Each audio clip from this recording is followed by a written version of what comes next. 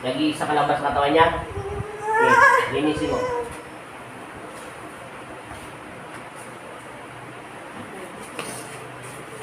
Bakit?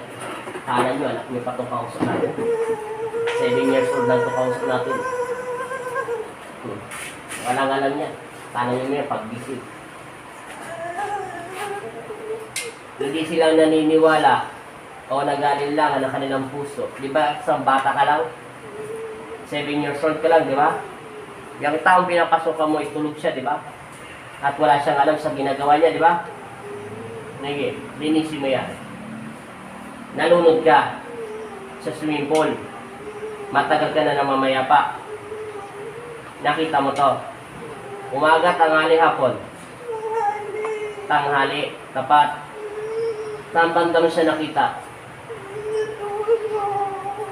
Saan? Sa sulok? Sa dulo ng pool? Kaya sumanib ka sa kanya. Naghahanap ka ng katarungan para makakyat na sa langit. Gusto mo na makita ang pamilya mo. Bakit hindi ka makyat sa langit? Sino humahad lang sa iyo, ang mga maitim? Ilan sila umaharang sa iyo? 2? Matatanda na sila? Mga pangit. Nasaan sila ngayon? Nasaan? Wala rito ngayon. Nakapasok ka ng maluwalhati sa liwanag, di ba? Nakikita mo ba yung mga anghela sa paligid mo? Ilan sila? Nasaan sila? Ituro mo. Bata sila? Anghel? Anong kulay ng buhok niya? Kulay ng buhok? Itim at saka ano pa? Ha? Pero sila itim. Pero sila batang babae. Iya, Ella. Bitbitin siya pagkatapos. Gawayan niya siya papunta sa tahanan ng ating Ama na sa langit na si Jesucristo. Papakawalan. Inutusan kita, Magnetico Jesus sa Sinagbanaw, Rafael. Tusukin mo yung humaharang sa liwanag at bumalik ka na pagkatapos ng iyong misyon. Trabahuin mo ng dapat mong trabahuin. Bilang alipin ni Jesucristo, inuutusan kita. Hindi, kalasin mo. Hindi mo alam pangalan mo. Alam mo kung ilang kayo magkakapatid? 2 lang kayo. Ano siya, babae, lalaki? Ilang taon na yung kapatid mo ngayon? Matanda na. Wala na siya, patay na. Hindi ka makakyat sa langit. Yung nanay tatay mo, patay na rin. Gusto mo na sila makita. Bakit hindi ka nila hinahanap? May hinaharang ka ng 2 pangit na yan. Sige. Huwag mo na siya sasamahan na. Huwag mo na ang kinin ng katawan nito. Gusto mo umakay sa langit. Ngayon din. O sige, linisin mo yung katawan niya. Sige, papakawalan kita.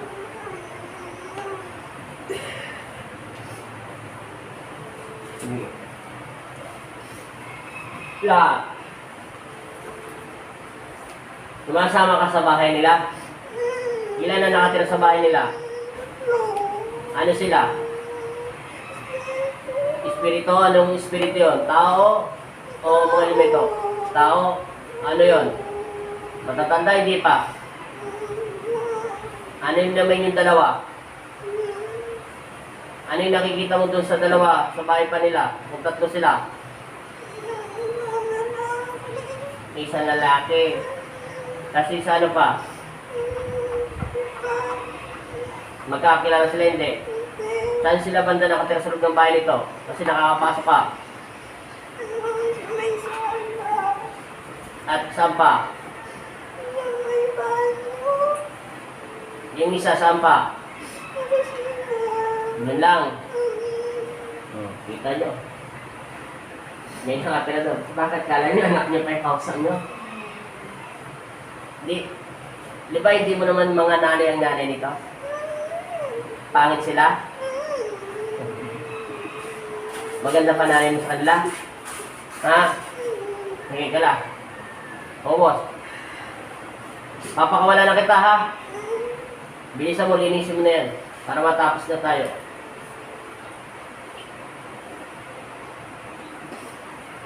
Lahat.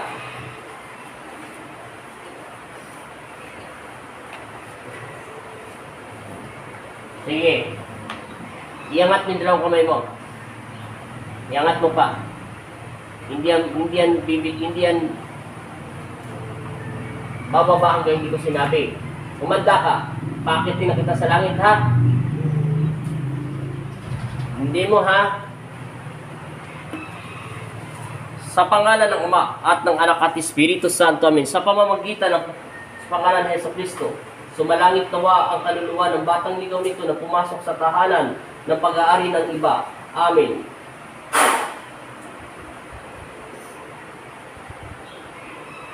Daya. Baba ang kamay. Gising. Sabi mo in Jesus' name. Jesus name. Amen. Amen. Dilat na mata.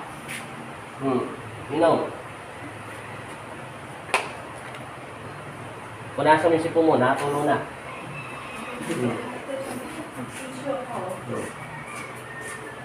Pumupulog sipon mo. Dalaga ka na. Natulog ba?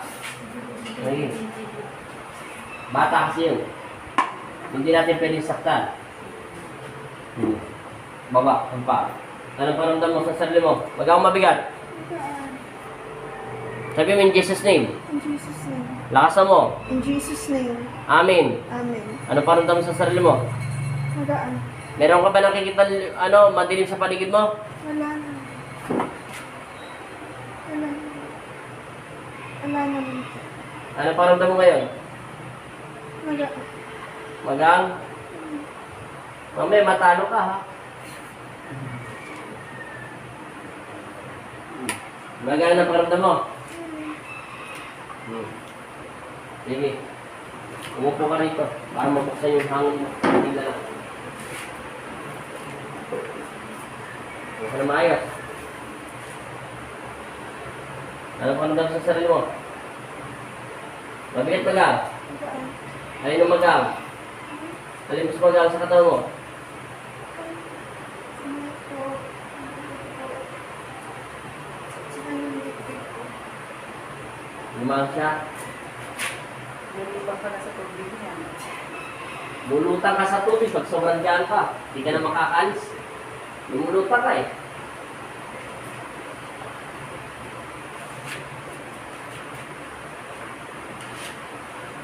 Ayos ka po.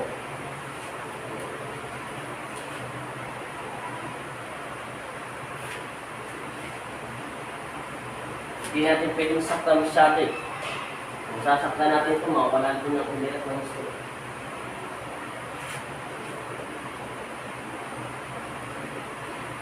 Ganito.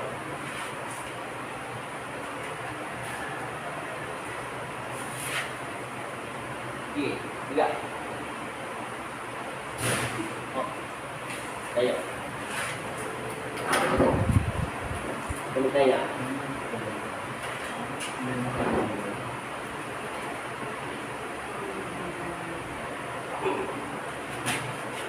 Opo. Punas. Anong pakiramdam mo?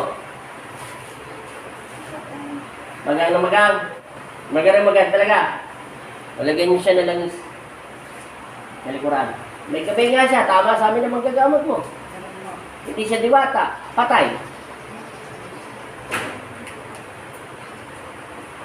Yung gabay niya, patay. Hindi diwata. Baka nakita niyo yung bata maganda, kaya akala niya diwata. Siyempre, mga sinaunang tao, magaganda.